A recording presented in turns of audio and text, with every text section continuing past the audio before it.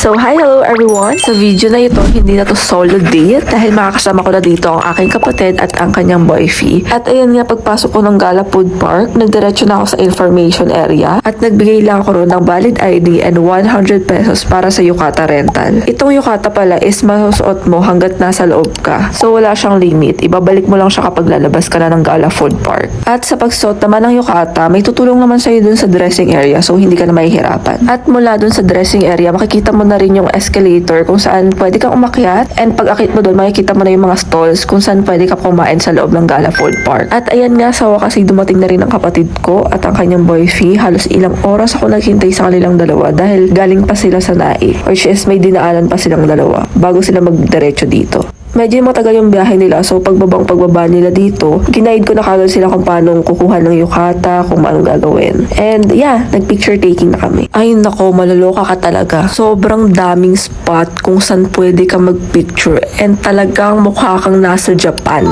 kapag nag-picture ka dito. And also, yung feeling talaga, iba. Grabe, parang wala ka sa Pinas. Para ka talagang nag-travel papuntang Japan. Yun nga lang, hindi pa namin na-try yung sa rooftop dahil late na nga sila dumating. Pa-close na yung store bago pa sila dumating dalawa. At ayan, sa pag-picture taking namin, Diyos ko, di talaga may iwasan yung gantong scene. Hays! Inabot na nga kami ng cut-off ng ibang mga bilihan dito. Kaya ayan, takoyaki na lang binili namin. At ayun, gora pa rin sa mga pagpipicture yung mga yan. Sandamakmak na picture talaga. Bago nga kami pumunta sa susunod na destination namin, ayan, nag-CR muna kami. At syempre, picture na naman. At dito nga ay inaayan na ako ng dalawa na magpunta sa Tagaytay. And hindi ko naman akalain na totoo pala. Kaya ayun, samahan nyo kami maggala. See you on my next vlog. Bye!